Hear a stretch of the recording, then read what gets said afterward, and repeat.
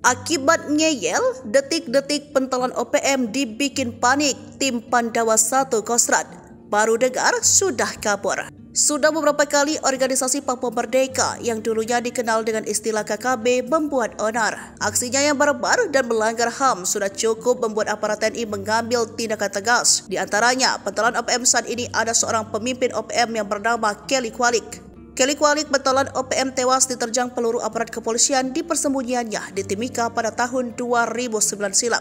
Semasa hidupnya ia dikenal kombatan OPM paling brutal. Peristiwa yang membuat namanya disorot yaitu saat menjadi buronan aparat keamanan Indonesia lantaran menculik anggota tim ekspedisi penelitian flora fauna Loren 95.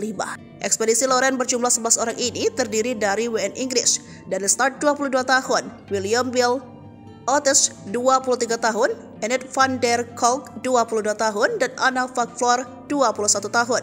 Anggota tim dari Indonesia terdiri dari Nafi Panekanan 28 tahun, Matias Y. Lasamalu 30 tahun, Jualita Tanasale 30 tahun, Adinda Arimbia Saraswati 25 tahun. Mereka juga dibantu oleh antropolog Markus Warib 36 tahun dari Universitas Cendrawasih dan Abraham Wanggai 36 tahun dari BKSDA Kantor Wilayah Kehutanan Irian Jaya.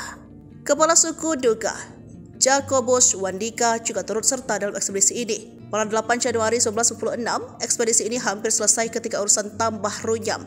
Tak kalah tim ekspedisi Loren diculik oleh OPM pimpinan Kelly Kwalik. Sejak saat itu, sorotan media internasional diarahkan kepada peristiwa ini. Jakarta menanggapi keras atas penculikan tim Loren. Kopassus Grup 5 Anti Teror yang saat itu dipimpin Prabowo Subianto segera dipersiapkan. Kelly Kwalik menuntut kemerdekaan Papua, baru sandera dibebaskan. Dikutip dari salah satu sumber, Indonesia Special Force melalui Serambi, Kelly Kwalik tak mau mengubah tuntutannya. Ngeyel dengan tuntutannya, TNI langsung menarik Satgas Raja Wali Yonif Lidot 330 pimpinan Kapten Infanteri Agus Rohim yang bertugas di Timur ke Bapunda, Papua pada 7 Mei 1996. OPM Kelly Kwalik tak tahu siapa Yonif Lidot 330 yang bakal mereka hadapi. Yon 330 dapat embel-embel Raja Wali lantaran sudah mendapat pelatihan layaknya pasukan khusus. Tujuan pelatihan itu tak lain ialah memburu si krebel hutan Fretilin di Timur.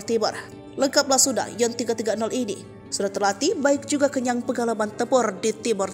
Usai tiba, Yon 330 melakukan persiapan dan koordinasi sebelum akhirnya mulai bergerak di daerah persiapan di Kejam.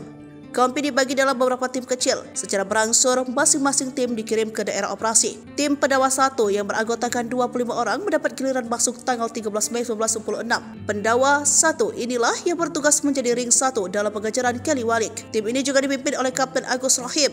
Mereka berjalan menyusuri Sungai Klimik. Berhari-hari Pendawa 1 melacak keberadaan sandera. Satu rupanya sudah berhasil mengendus keberadaan Kelly Kwalik beserta sandera setelah menemui bungkus permen dan pembalut wanita. Pada tanggal 15 Mei 1996, Pendawa 1 mendapati samar-samar suara orang yang tak lain itu adalah Andika Saraswati, salah satu anggota tim peneliti. Seperti dikutip dari Adinda, 130 hari tertangkapnya di Bapenduma. Setelah melihat ada tentara, ia segera berlari menghampiri para prajurit TNI untuk diselamatkan. Sedangkan sandera yang lain mendapat perintah dari kelompok OPM Kelly Kwalik untuk turun dari tebing menuju sungai. Namun sejurus kemudian terdengar deru helikopter milik TNI. OPM panik bukan kepalang mendengar deru helikopter TNI. Mereka kemudian bertindak beringas membunuh dua sandera yakni Nafi Panekanan dan Matias Y. Lasamalu. Sisa sandera sembari berteriak histeris melihat pembunuhan itu.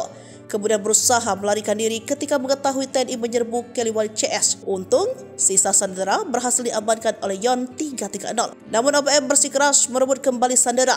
Mereka menembaki Yon 330. Maka terjadilah pertempuran sengit antara Yon 330 versus OPM Kelly Kwalik. Semalam Yon 330 bertahan dari serbuan OPM hingga pada 16 Mei 1996. Tim tambahan dari Kopassus datang membantu mereka dan sandera baik yang masih hidup atau meninggal berhasil dievakuasi.